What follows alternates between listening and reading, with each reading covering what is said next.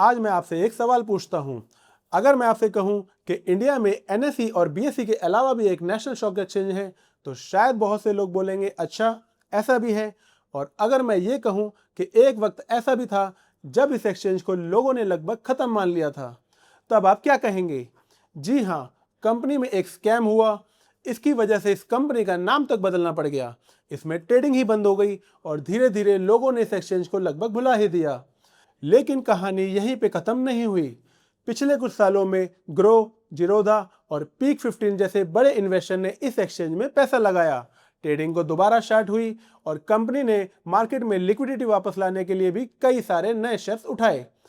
अब सवाल ये है, क्या ये एक्सचेंज सच में कमबैक कर रहा है या फिर ये सिर्फ कुछ ही टाइम का एक्साइटमेंट है? आज की वीडियो में हम metropolitan stock exchange of India यानी कि एमएससीआई को बहुत ही डिटेल में समझेंगे। इसका बिजनेस क्या है, ये पैसा कैसे कमाती है, अभी कंपनी की कंडीशन कैसी है और सबसे इंपॉर्टेंट बात, क्या फ्यूचर में ये ग्रो कर पाएगी या नहीं। चलिए अब कंपनी के बारे में समझते हैं। सबसे पहले ये जानते हैं कि एमएससीआई आखिर है क्या। एमएससीआई इंडिया का तीसरा नेशनल स्टॉक एक्सचेंज है। अब जब भी स्टॉक एक्सचेंज की बात होती है तो सबसे पहले दिमाग में दो ही नाम आते हैं, एनएसई और बीएसई। लेकिन इनके अलावा एमएससीआई भी एक रिकॉग्नाइज्ड नेशनल स्टॉक एक्सचेंज है। इसकी शुरुआत 2008 में हुई थी, लेकिन उस टाइम इसका नाम एमएससीआई नहीं था, बल्कि उस टाइम इसको एमसीएक्स एसएक्स के नाम से जाना जाता था। और शुरुआत में इस एक्सचेंज पर सिर्फ करेंसी डेरिवेटिव में ही ट्रेडिंग होती थी, लेकिन धीरे धीरे एक्सचेंज को सेबी की अप्रूवल मिलती गई और फिर इस एक्सचेंज पर इक्विटी, फ्यूचर एंड ऑप्शन और डेट मार्केट जैसे सेगमेंट में भी स्टार्ट कर दिए गए। यानी कंपनी धीरे धीरे एक कंप्लीट स्टॉक एक्सचेंज बन रही थी। लेकिन यहीं से कहानी में सबसे बड़ा ट्विस्ट आता है। 2014 में एनएसईएल कंपनी में अराउंड 5600 करोड़ की पेमेंट का डिफॉल्ट हो गया। एनएसईएल और एमसीएक्स दोनों एक ही प्रोमोटर ग्रुप से जुड़े हुए थे। अब यहाँ एक बात ध्यान से समझना, एमएससीआई स्कैम में डायरेक्टली शामिल नहीं था, लेकिन फाइनेंशियल मार्केट में भरोसा बहुत बड़ी चीज होती है। चाहे गलती आपकी हो या ना हो, अगर लोगों का भरोसा टूट जाए तो बिजनेस पर उसका असर बहुत ही जरूर पड़ता है। और यही एमएससीआई के साथ भी हुआ। सिचुएशन इतनी खराब हो गई कि कंपनी को अपना नाम तक बदलना पड़ गया। एमसीएक्स एसएक्स अब बन गया metropolitan stock exchange of India यानी कि एमएससीआई। और धीरे धीरे पुराने प्रमोटर भी बाहर होते गए और उसके बाद कंपनी की ओनरशिप बैंक्स और फाइनेंशियल इंस्टीट्यूशन के पास चली गई। आज एमएससीआई की कमांड लतिका एस कुंडू के हाथ में है। इनके पास एक्सचेंज इंडस्ट्री का 20 साल से भी ज्यादा एक्सपीरियंस है और इससे पहले ये सिंगापुर डायमंड इन्वेस्टमेंट एक्सचेंज में भी लीडरशिप रोल में काम कर चुकी है। यानी आज कंपनी को एक एक्सपीरियंस मैनेजमेंट लीड कर रही है। अगर आज की बात करें तो एमएससीआई में इक्विटी डेरिवेटिव, करेंसी डेरिवेटिव और डेट मार्केट जैसे सेगमेंट ऑपरेशनल हो चुके हैं। और फ्यूचर के लिए एक और पॉजिटिव डेवलपमेंट भी देखने को मिली है। कंपनी को एसएमई प्लेटफॉर्म के लिए सेबी से इन प्रिंसिपल अप्रूवल मिल चुकी है। मतलब कि अब फ्यूचर में अगर कंपनी में सब कुछ प्लानिंग के हिसाब से चलता रहा तो फ्यूचर में छोटी और मीडियम साइज की कंपनी भी एमएससीआई के प्लेटफॉर्म पर लिस्ट हो सकेगी और ये कंपनी के लिए एक पॉजिटिव डेवलपमेंट माना जा रहा है। इसके अलावा एमएससीआई की 2 सब्सिडरी कंपनियां भी हैं, जिसमें पहली है मेट्रोपॉलिटन क्लियरिंग कॉर्पोरेशन, जिसमें एमएससीआई की लगभग 87% की हिस्सेदारी है और ये ट्रेडिंग के सेटलमेंट और क्लियरिंग का काम देखती है। और दूसरी है MSCI registrar and administrator limited, जो कंपनी की 100% ओन सब्सिडरी है। यानी सिर्फ एक्सचेंज ही नहीं, कंपनी ने अपना पूरा सपोर्टिंग इकोसिस्टम भी तैयार कर रखा है। अब कंपनी के बारे में तो हमने समझ लिया है, लेकिन एक स्टॉक एक्सचेंज का बिजनेस चलता कैसे है, अब हम वो समझते हैं। अगर किसी को भी स्टॉक मार्केट में शेयर बाय या सेल करने होते हैं तो वो स्टॉक एक्सचेंज के पास जाता है। जितनी ज़्यादा एक्सचेंज पर ट्रेडिंग होगी उतनी ही ज़्यादा एक्सचेंज की अर्निंग होगी। इसलिए नॉर्मली अगर किसी स्टॉक एक्सचेंज पर अच्छा वॉल्यूम आ रहा है तो उसकी इनकम भी अच्छी होती है। लेकिन एमएससीआई के साथ पिक्चर थोड़ी अलग है। अगर FY 25 के नंबर देखें तो कंपनी का रेवेन्यू सिर्फ 4.31 करोड़ का रहा था, जबकि FY 24 में ये 7.36 करोड़ का था। यानी कि कोर बिजनेस से आने वाली इनकम और भी कम हो गई है। तो इस हिसाब से कंपनी चल कैसे रही है, यहाँ एक इंटरेस्टिंग बात सामने आती है। FY 25 में कंपनी की टोटल इनकम 17 करोड़ से ज्यादा थी, लेकिन उसमें से सिर्फ 4.31 करोड़ ट्रेडिंग और कोर ऑपरेशन से आई थी। बाकी का सारा पैसा इंटरेस्ट की इनकम और इन्वेस्टमेंट से आया था।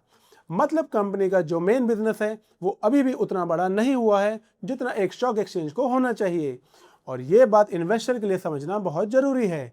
अब बात करते हैं प्रॉफिट की, या फिर इस केस में लॉस की। FY24 में कंपनी को लगभग 48.75 करोड़ का लॉस हुआ था, लेकिन इसमें एक अच्छी बात भी है। FY25 में ये घटकर 34.22 करोड़ ही रह गया है, यानी कंपनी अभी भी लॉस में चल रही है, लेकिन पिछले साल के मुकाबले लॉस ज़्यादा कम हुआ है। लेकिन यहाँ एक बात याद रखनी चाहिए, सिर्फ लॉस कम होने से बिजनेस सक्सेसफुल नहीं हो जाता।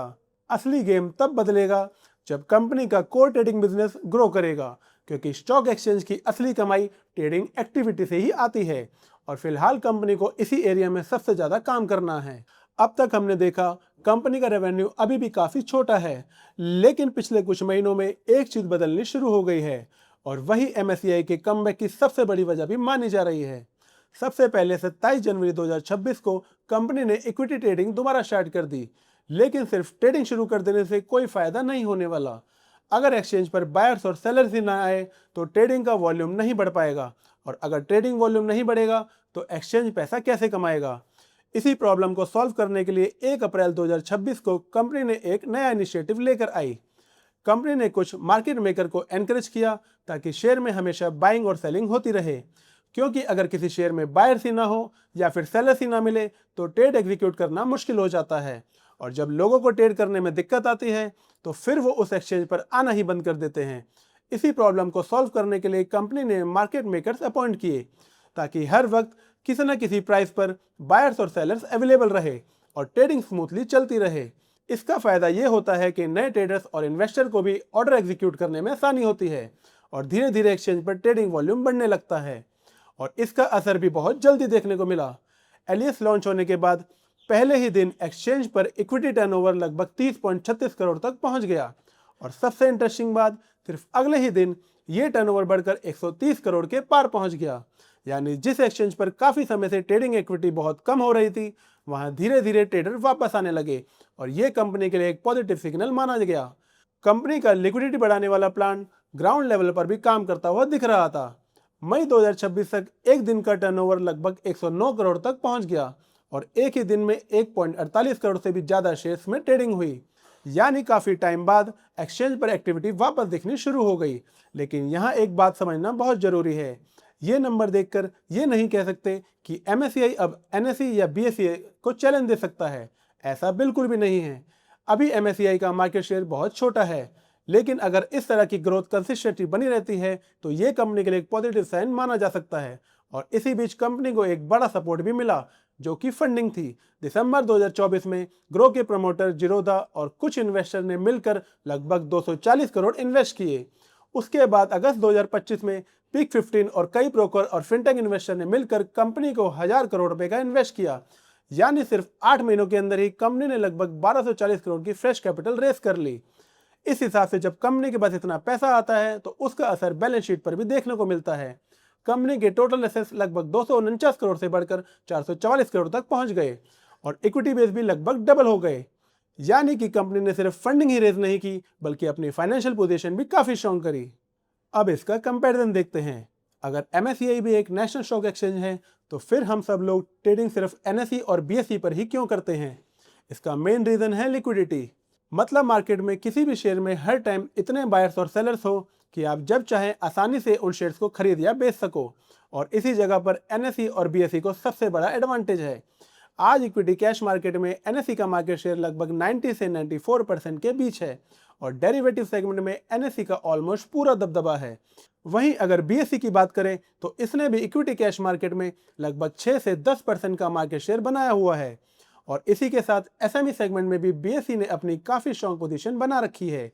और इन दोनों एक्सचेंज के कंपैरिजन में MSCI का मार्केट शेयर अभी बहुत छोटा है, और इसी वजह से आज की डेट में NSE और BSE को डायरेक्ट कंपटीशन देना MSCI के लिए आसान नहीं होगा। लेकिन इसका मतलब ये बिल्कुल भी नहीं है कि कंपनी के पास कोई स्ट्रेटेजी ही नहीं है। MSCI ने फिलहाल एक सिंपल अप्रोच रख रखी है। पहले कंपनी कैश इक्विटी मार्केट में लिक्विडिटी इंक्रीज करने पर फोकस कर रही है, और जब यहाँ अच्छा ट्रेडिंग वॉल्यूम आने लगेगा तब कंपनी धीरे धीरे डेरिवेटिव और बाकी सेगमेंट को भी एक्सपेंड करेगी। और इंटरेस्टिंग बात यह है कि सेबी भी इसी डायरेक्शन को सपोर्ट करती है, क्योंकि अगर एक एक्सचेंज पर ट्रेडिंग बढ़ेगी तो मार्केट में कंपटीशन भी बढ़ जाएगा और ऐसे कंपटीशन का फायदा आखिर में जाके इन्वेस्टर को ही मिलेगा। लेकिन स्टॉक एक्सचेंज बिजनेस का एक गोल्डन रूल है, जहां लिक्विडिटी होती है वहीं पर और ज़्यादा लिक्विडिटी आती है। अगर किसी एक्सचेंज पर पहले से ही बहुत सारे लोग ट्रेडिंग कर रहे हैं तो नए ट्रेडर्स भी वहीं पर आना पसंद करते हैं, और अगर ट्रेडिंग ही कम हो तो नए लोग भी आने से कतराते हैं। और फिलहाल MSCI के सामने सबसे बड़ी चैलेंज भी यही है। कंपनी को सिर्फ टेक्नोलॉजी इंप्रूव नहीं करनी और ना ही सिर्फ फंडिंग रेस करनी है, बल्कि लोगों को अपने प्लेटफॉर्म पर ट्रेड करने के लिए कन्विंस भी करना है, और ये काम किसी भी स्टॉक एक्सचेंज के लिए सबसे मुश्किल होता है। अगर कंपनी की सबसे बड़ी स्ट्रेंथ की बात करें तो वो आज का उसका मार्केट शेयर नहीं है, बल्कि फ्यूचर में ग्रो करने की उसकी पॉसिबिलिटी है। आज कंपनी के साथ ग्रो, जिरोधा और पीक 15 जैसे बड़े इन्वेस्टर जुड़े हुए हैं, और ये सिर्फ कंपनी में पैसा ही नहीं लगा रहे, बल्कि इन्हें स्टॉक मार्केट और इन्वेस्टिंग इंडस्ट्री का भी काफ़ी अच्छा एक्सपीरियंस है। इसलिए मार्केट की नज़र भी अब MSCI पर बनी हुई है। दूसरी तरफ कंपनी भी सिर्फ बातें नहीं कर रही, कंपनी ने टेक्नोलॉजी अपग्रेड करी है, नए डेटा सेंटर बनाए हैं और लिक्विडिटी बढ़ाने के लिए एलियस जैसे इनिशिएटिव भी लिए गए हैं। यानी कंपनी धीरे धीरे अपने एक्सचेंज को दोबारा खड़े करने की कोशिश करने में लगी हुई है। और सबसे इंपॉर्टेंट बात, इंडिया का स्टॉक एक्सचेंज हर साल बड़ा हो रहा है, नए इन्वेस्टर भी लगातार मार्केट में आ रहे हैं। अगर MSCI इस बढ़ते हुए मार्केट का छोटा सा हिस्सा भी अपनी तरफ खींच लेता है तो कंपनी के लिए एक बहुत बड़ा पॉजिटिव टर्न अराउंड हो सकता है। अगर MSCI को पूरा मार्केट शेयर नहीं भी मिलता है और सिर्फ थोड़ा सा मार्केट शेयर भी मिल गया, तब भी कंपनी की आज की पोजीशन के हिसाब से ये बहुत ही बड़ा बदलाव हो सकता है। अब तक हमने कंपनी के पॉजिटिव पॉइंट देखे, लेकिन कोई भी इन्वेस्टमेंट सिर्फ पॉजिटिव चीजें देखकर नहीं की जाती। इसलिए अब बात करते हैं उन रिस्क की जो MSCI के साथ आज भी जुड़े हुए हैं। सबसे पहला रिस्क है ट्रस्ट का। 2014 में जो NSE स्कैम हुआ था, MSCI उस स्कैम में डायरेक्टली इन्वॉल्व नहीं था, लेकिन उस स्कैम का असर कंपनी की इमेज पर जरूर पड़ा था। और फाइनेंशियल इंडस्ट्री में एक बार ट्रस्ट टूट जाता है तो उसे वापस बनाना बहुत ही मुश्किल हो जाता है। दूसरा रिस्क है गवर्नेंस से जुड़ा हुआ। पिछले कुछ सालों में कंपनी के कुछ सीनियर ऑफिशियल पर सेबी की तरफ से एक्शन भी लिए गए हैं। Farmer MD and CEO Uday Kumar को 6 महीने के लिए सिक्योरिटी मार्केट से बैन तक कर दिया था, और 2023 में करंट MD लतिका कुंडू और MSCI पर भी 12 लाख की पेनल्टी लगाई गई थी। ये इंसिडेंट दिखाते हैं कि गवर्नेंस के मामले में कंपनी को और मजबूत होना पड़ेगा। और तीसरा रिस्क बिजनेस का है। कंपनी को फंडिंग मिल गई है, टेक्नोलॉजी अपग्रेड हुई, ट्रेडिंग भी दोबारा शुरू हुई, ये सब पॉजिटिव डेवलपमेंट है, लेकिन कंपनी का कोर बिजनेस अभी भी उतना स्ट्रॉन्ग नहीं है जितना एक स्ट्रॉन्ग एक्सचेंज को होना चाहिए। आज भी कंपनी का कोर ऑपरेटिंग रेवेन्यू काफ़ी कम है, और जब तक ट्रेडिंग वॉल्यूम कंसिस्टेंटली नहीं बढ़ेगी तब तक बिजनेस का स्केल कर पाना बहुत ही मुश्किल रहेगा। एक रिस्क और है, और वो उन इन्वेस्टर के लिए है जो अनलिस्टेड शेयर में इन्वेस्ट करते हैं। पिछले कुछ टाइम में MSCI के अनलिस्टेड शेयर प्राइस में काफ़ी वॉलेटिलिटी देखने को मिली है। कंपनी का प्राइस कभी बहुत तेज़ी से ऊपर चला जाता है और कभी उसी तेज़ी से नीचे आता है।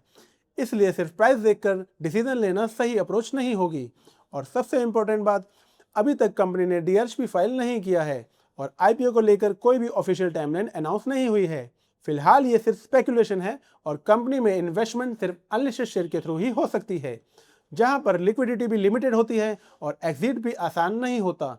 इसलिए अगर कोई भी इन्वेस्टर सिर्फ IPO की उम्मीद में इन्वेस्टमेंट कर रहा है तो उसे एक बार इस रिस्क को भी जरूर समझना चाहिए। तो अब आता है सबसे बड़ा सवाल, क्या MSCI फ्यूचर में NSE और BSE को चैलेंज दे पाएगा? आज की डेट में इसका जवाब है नहीं, कम से कम अभी तो नहीं, क्योंकि इस बिजनेस के मार्केट शेयर में, ट्रेडिंग वॉल्यूम और इन्वेस्टर पार्टिसिपेंट के मामले में NSE और BSE इससे काफ़ी आगे दिखाई देते हैं। लेकिन अगर सवाल ये हो कि MSCI वापस कमबैक करने की कोशिश कर रहा है तो इसका जवाब है हाँ, बिल्कुल। और इस बार सिर्फ बातों से नहीं बल्कि कुछ कंक्रीट स्टेप के साथ कंपनी ने इक्विटी ट्रेडिंग दोबारा शुरू की है, लिक्विडिटी बढ़ाने के लिए इनिशिएटिव लाए हैं और नए इन्वेस्टर से फंडिंग भी रेस की है, और साथ ही साथ इसमें टेक्नोलॉजी को भी अपग्रेड किया है और SME प्लेटफॉर्म की डायरेक्शन में भी काम शुरू कर दिया है। यानी कि कंपनी पिछले कुछ सालों के कंपैरिजन में आज काफ़ी एक्टिव नज़र आ रही है। लेकिन एक इन्वेस्टर के लिए सबसे इंपॉर्टेंट चीज़ अभी भी वही है, क्या ये सारे एफर्ट्स फ्यूचर में ट्रेडिंग वॉल्यूम, रेवेन्यू और प्रॉफिट में कन्वर्ट हो पाएंगे या नहीं, क्योंकि आखिर में स्टॉक एक्सचेंज की असली स्ट्रेंथ उसके यूजर्स और ट्रेडिंग एक्टिविटी ही डिसाइड करती है। इसलिए अगर आप MSCI को फॉलो कर रहे हैं तो सिर्फ फंडिंग या हेडलाइन पर फोकस ना कीजिए, साथ में ये भी देखते रहिए कि कंपनी का कोर बिजनेस कितनी स्पीड से ग्रो कर रहा है, क्योंकि लॉन्ग टर्म में वही सबसे बड़ा डिसाइडिंग फैक्टर होगा। और अब मैं आप सबसे जानना चाहता हूं, क्या आपको लगता है कि MSCI फ्यूचर में एक स्ट्रॉन्ग थर्ड स्टॉक एक्सचेंज बन सकता है, या फिर NSE और BSE की डोमिनेंस को तोड़ना बहुत ही मुश्किल होगा? अपनी ओपिनियन कमेंट में ज़रूर बताइएगा, और अगर वीडियो इन्फॉर्मेटिव लगी हो तो वीडियो को लाइक और शेयर जरूर करिएगा। चैनल पर नए हैं तो सब्सक्राइब कर लीजिए। हम ऐसे ही डीप रिसर्च के साथ आपके लिए फाइनेंस और इन्वेस्टिंग से जुड़ी